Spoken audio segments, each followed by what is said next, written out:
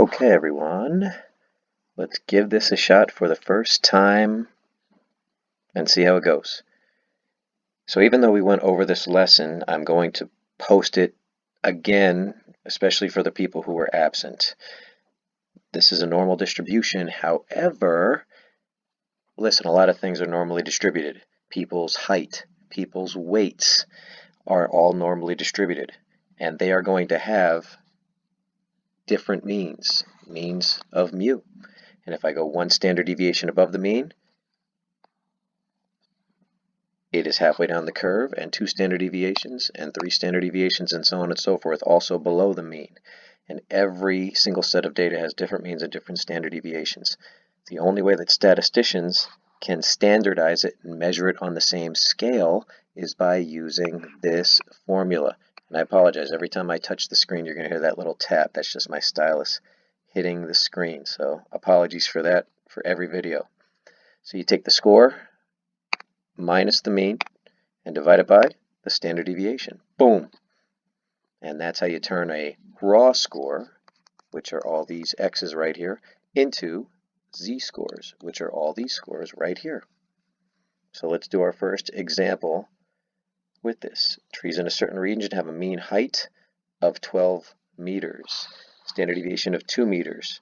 Find the probability of randomly selecting a tree with a height of 8.4 meters or less. So I'm going to write what I know. The mean is 12 meters, and the standard deviation is 8 meters. So right in the middle, I'm going to put 12 meters. And, I'm sorry, standard deviation, apologies everybody, is 2 meters. Ooh, that's cool. All right, and so every standard deviation would be 2 more meters, so 14, 16, and 18 meters.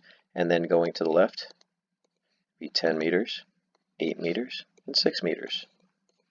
Okay, I want to find the probability of having a tree that is 8.4 meters or less. So I'm going to draw a line.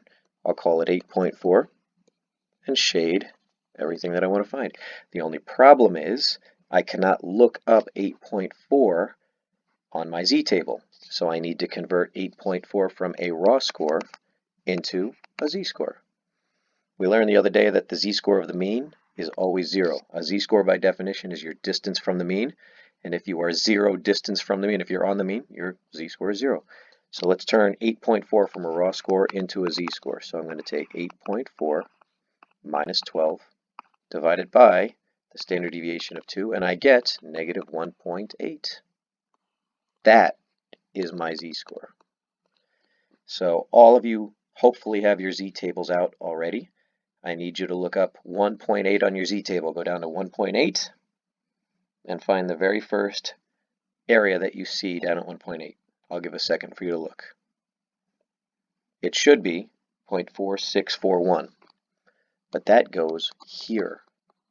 Remember that your z-table measures the area from the center out to any value. So we need to find the area to the left, so I'm going to do 0.5 minus 0.4641, and I get my area of 0.0359. And that's my area right there. That's my answer. So about 3.5% of trees in this region are 8.4 meters or less. Excellent. Let's go to the next example. Okay, I'll leave that there for a second. A certain math test has a mean of 30 and a standard deviation of 10. Let me just write that right now. Mean of 30, standard deviation of 10. Find the probability of getting a score above 40. So I'm going to put my raw scores down first. The mean is 30, and I want to find a score of 40 or better. So I'm going to shade my region. Again, I have to turn these raw scores into z-scores. The z-score of 30 is 0, because the z-score of the mean is always 0. Now let me use my z-score formula.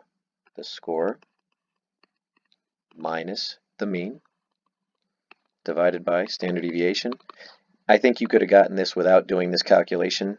If one standard deviation is 10 and 40 is 10 units away from 30, that's exactly 1 standard deviation. The z-score is 1. Once again, I'll give you a second. Just look go down to 1.0 on your z-tables and look at the very first area that you see. It should be 0.3413. So once again, I want to find the area to the right of that, so I'll do 0.5 minus 0.3413, and I get 0.1587. And that is my answer that goes right here. And I'm all done with that problem. Last example on this. The mean is 500. I'm going to skip right to it. The mean is 500. And the standard deviation is 100. If you haven't figured this out yet, these are SAT averages. Find the probability of getting a score between 550 and 675. So 550 is 50 units away. I'm going to take a wager that that is half a standard deviation. And 675 is out here somewhere. And I'm going to shade this region. This is so cool, right? It's almost like you're in class. Okay, let's find the z-scores from these raw scores. I'm going to have to calculate two z-scores here.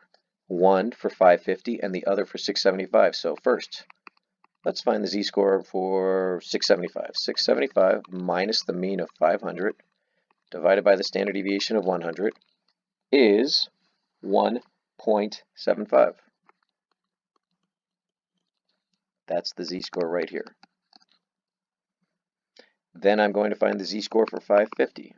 So 550 minus 500 divided by 100 is, you guessed it, 0.5. So then, I need to be able to use my z-table to find this particular area. We did it in class the other day. How do we do it? Well, you could find the area all the way out to 1.75.